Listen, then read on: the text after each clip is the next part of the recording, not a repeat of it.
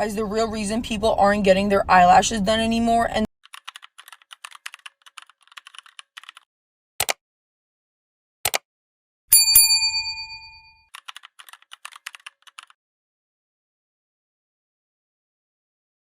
Guys, the real reason people aren't getting their eyelashes done anymore and the lash tech business is like failing is not because of the price, but it's because of the way some of these lash techs act.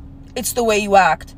Like, if you got rid of some of the stupid ass fucking policies you guys have set in place, more people would be willing to get eyelash extensions. But like, why, if I'm 15 minutes late, why are you gonna charge me for the full service and not do my eyelashes? It's little shit like that. That's the reason. So let's talk about it, right? Because everybody's complaining like, oh, the lash, blah, blah, blah, is dying, is da-da-da-da. These services are considered luxury services. These services are what separates normal people from the celebrities or the higher ups. These are luxury services. Y'all complain about $100 and something for your lashes when lash extensions, real lash extensions that last, that are undetectable, are at least $400 easy. Easy. Micro shading, the Beyonce type wigs, all that stuff. And let's get to the point of lace wigs are not supposed to be worn for a whole month. They're not even supposed to be worn for a whole week. Lace wigs are for show purposes, TV purposes. All the services that y'all are getting aren't supposed to be given to you, right? A lot of people, and the biggest thing is a lot of y'all are going to certified people, not licensed people. Certified and licensed are two different things. I've been licensed for 16 years and I take it very serious. I'm an educator, so I know the science behind what's actually being put on your body, what it's doing to your body, whether it be your skin, your hair. I know the growth stages. The reason why some people can't get retention in the lashes is not the glue. Sometimes it's the glue, it's the process. You didn't prime and bond. But sometimes your hair is in a stage to where it's shedding. You have anagen, canagen, and telogen phase that your hair goes through. Each part of your hair on your body goes through 3 of those stages. The infant, the teenage, and the adult. But your certified person does not know that. Then when you're licensed and you have to sit through the schooling, guess what you also have to sit through? Business classes, customer service classes. So all this stuff, a certification does not get you. It just teaches you how to do the technique. Because that's all they learn is the technique. That's all they learn is the technique. That's it. But these services were not meant for everyday middle class to poor people.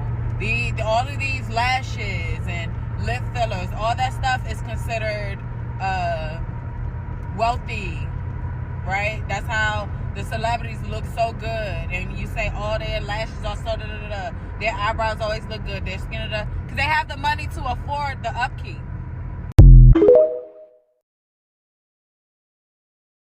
Does anyone else feel like this is the slowest season ever in the lash industry or in the beauty industry overall? Or is it just me? Because I already work part-time and my books are not fully booked. So I just want to know in my community, who is booked right now and who is charging more than $200 for a new set, more than $100 for a fill? I want to know, how are you guys getting booked? And are you guys getting booked like 8 clients a day, 10 clients a day? Because I used to get about 8 to 10 clients a day and I'm happy with like 2 or 3. So yeah, is anyone else feeling this slow season too much? Like, it's summer. It's not supposed to be slow season, right? So as a former lash tech and a current lash cluster lover and user, I use these things all the time. I'm here to tell you, you should not be using these and making them try to last for a week, 2 weeks, etc. Anyone trying to sell you on that doesn't know what the fuck they're talking about. Lash extension is expensive and high maintenance, yes, but the reason you can wash those very thoroughly and get them clean and dry them off is because obviously the grade of the glue, it's meant for that. And then second, and most importantly, is that it is on an individual lash. So when you get lash extensions, the lash artist is going to place either a fan or a single lash extension on your single lash. And they do it for every single one of your lashes. That's why it takes so long. That's why it's expensive. That's why it's high maintenance, because as your lashes shed, you have to get a refill. Now with lash clusters, it is a band. It's a little band or a longer band, depending on the style that you get. I prefer the ones with the longer band. And then you glue them on, right? You swipe it on. You cannot wash properly between each of your natural lashes when you have lash clusters on. There's no way you're washing those things really the way they need to be washed, because when you have lash extensions, the girls that know, you're going in there with that brush and you're getting in there and you're getting in there. Why? Because it's so important to keep that lash line clean and healthy, because we get what? We get bacteria in there. You got makeup residue. You get oils from our just natural face oils. You've got dead skin cells that just accumulate, just natural things like your eye gunk that just kind of accumulates when you wake up in the morning. That all gets trapped in there. So if you have a lash cluster band holding all that in, there is no way for you to properly clean that. So you go a whole week without properly getting in there, and then you're still wetting your face. You're still, giving that bacteria some moisture and the perfect fucking place to live and grow. You're asking for an eye infection. I'm telling you right now, don't do it. So the only solution is don't wear them for that long. I'm sorry to tell you this, but the reason it is cheaper than an actual lash extension is because it's not high maintenance. It doesn't take that skill set that a lash artist is gonna provide for you. I'm sorry to tell you, there's no replacement for that service. These look great. I love them. I haven't had lash extensions in the longest time. I just do clusters because they look the most natural. But let me tell you, okay, that I don't go past 2 days. 2 days for me is pushing it. I remove them with a gentle eye makeup remover, and then I go ahead and put them on again. That's the solution for you. Sorry, not sorry. Don't fucking leave them on for a week unless you want to goddamn get pink eye. The lash industry is dying because we can do it at home for under $2.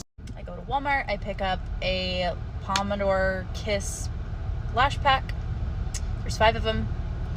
I take one of the strips, I cut it up into 4 pieces. I apply them underneath my lash line with Kiss glue. From the moment I cut the lashes, glue them, bond them, and seal them, it takes me under 3 to 5 minutes. And the whole cost per set, which lasts anywhere from like 4 to 6 days, is under $2. So, unfortunately, I believe that's why the lash industry is dying. I can't afford the pricing, I can't afford the time, and I'm also really struggling to tip lash artists when they're working outside of their home, avoiding costs, which was my experience with Lash. So I think that's why. I'm gonna tell you the real reason why the lash tech industry is dying. And they going back to their 9 to 5. Number 1, customer service. They was doing way too much for way too little, but still charging you $150 per fill-in, per install. $150 was the minimum. $150. Then you would show up to your appointment. I'm only speaking from experience because I have not had the best experience with lash techs. You would show up for your appointment, and if you were late, they would charge you a fee. But if they were late, you would just have to wait your butt in the car and get no money off the tab. Then you wait patiently, get your lashes done, whatever. You get in the car, blink, I see one fall off. What's going on? The lashes literally last for about 20 minutes before they start falling.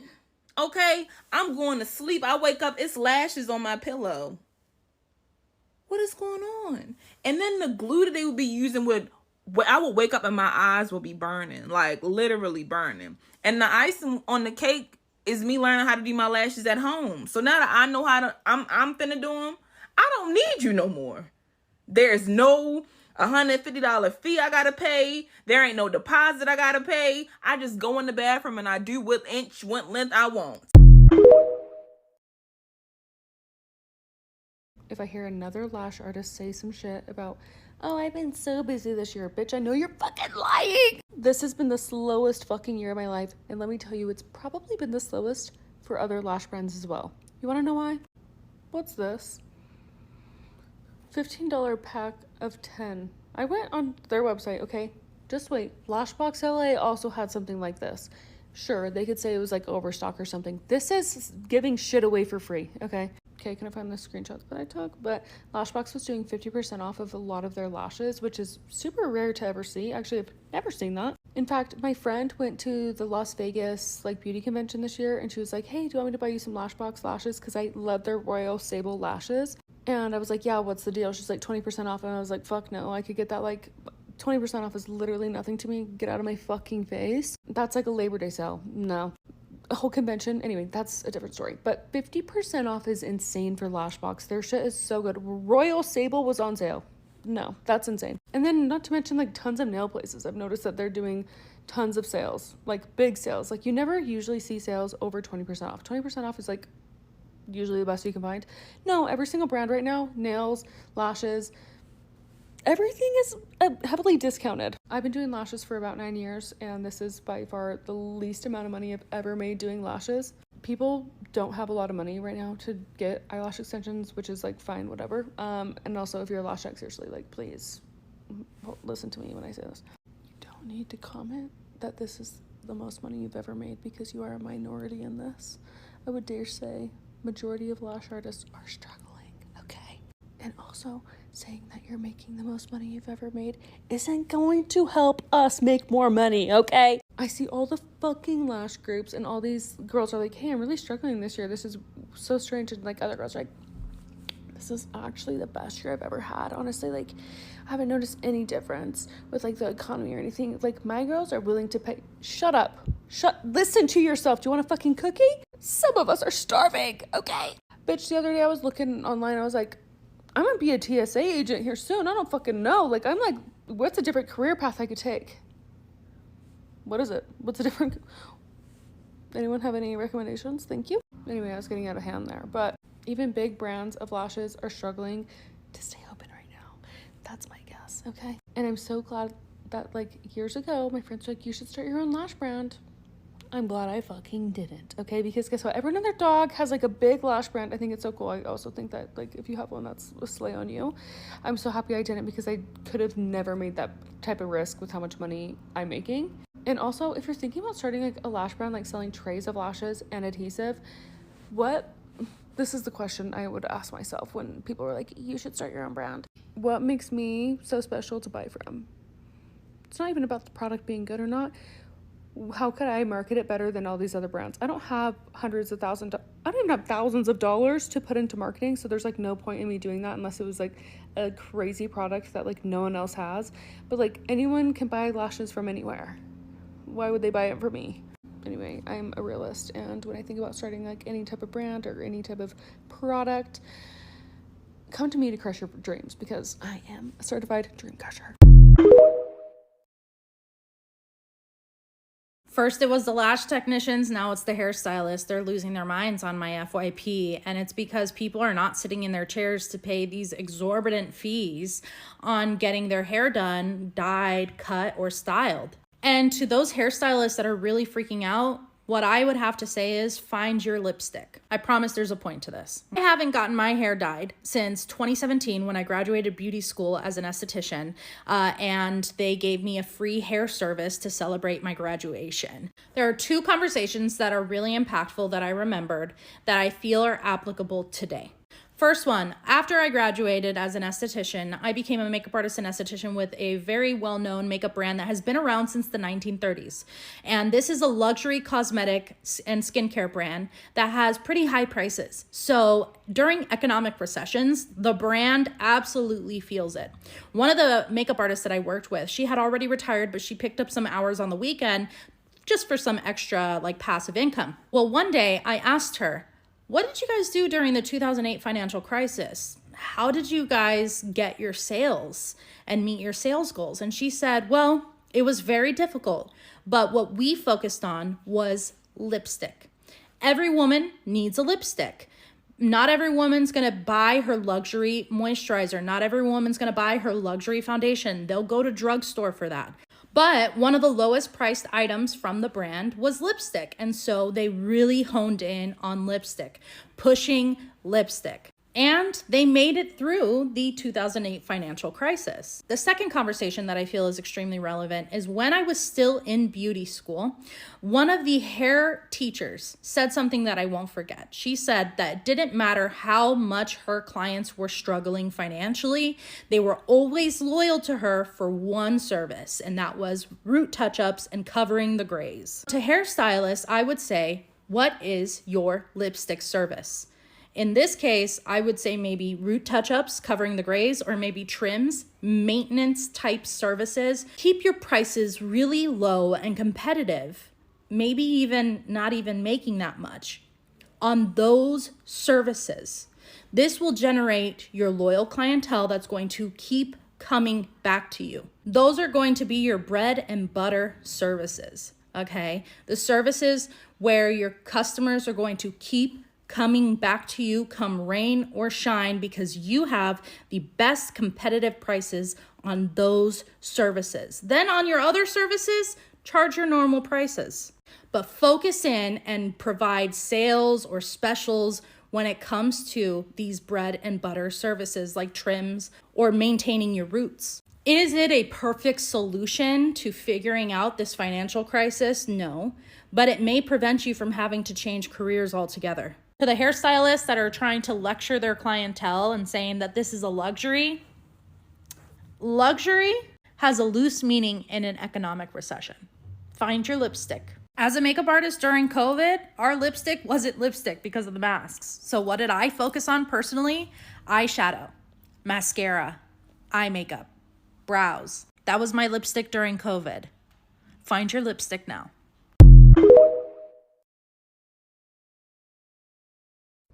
The girls want to know why the lash industry is dying. So let's go. First of all, the lash industry is dying because y'all misused it. It was never meant to be a long-term beauty care routine.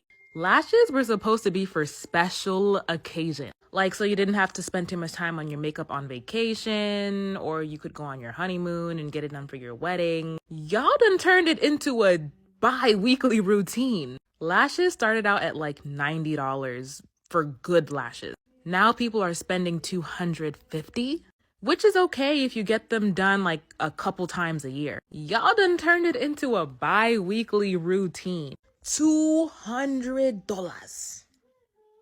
$200 2 times a month for simple lash. Are you not embarrassed? Are you not ashamed?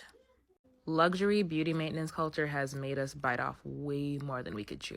And for what? Now, if you can afford it, like if $500 a month on lashes is no sweat to you, like if that's light work to you, go ahead, boo, get your lashes done. But for the mass majority, if you are having to pick between keeping your lights on and your lashes, you should not be getting lashes. But that's it. That's all. I just saw this video and this lady was asking why the lash industry is dying. Lash maintenance is very expensive, and I'm saying for the average consumer. A fresh set of lashes can cost about $280, and then you have to get a refill for like $120. I've only got my lashes probably a handful of times. I don't know, to me it just was never really worth it. Plus, you can go to your neighborhood nail salon, and they will put in individuals or strip lashes for like $10 to $25. People are really worried about paying their bills nowadays and not really the luxurious things of lashes. Plus, all those DIY lash kits, People are just so creative and rather do it themselves for a fraction of the price. And I guess if I really want to answer the girl's question on what can lash techs do to keep their business, the sad reality of it would be to lower your price. Because you really can't change the quality of the products that you're using. But you also have to keep in mind that this is a luxury service. And the economy right now is not at a luxury price. Unless you just build a client source that can afford it. Who knows?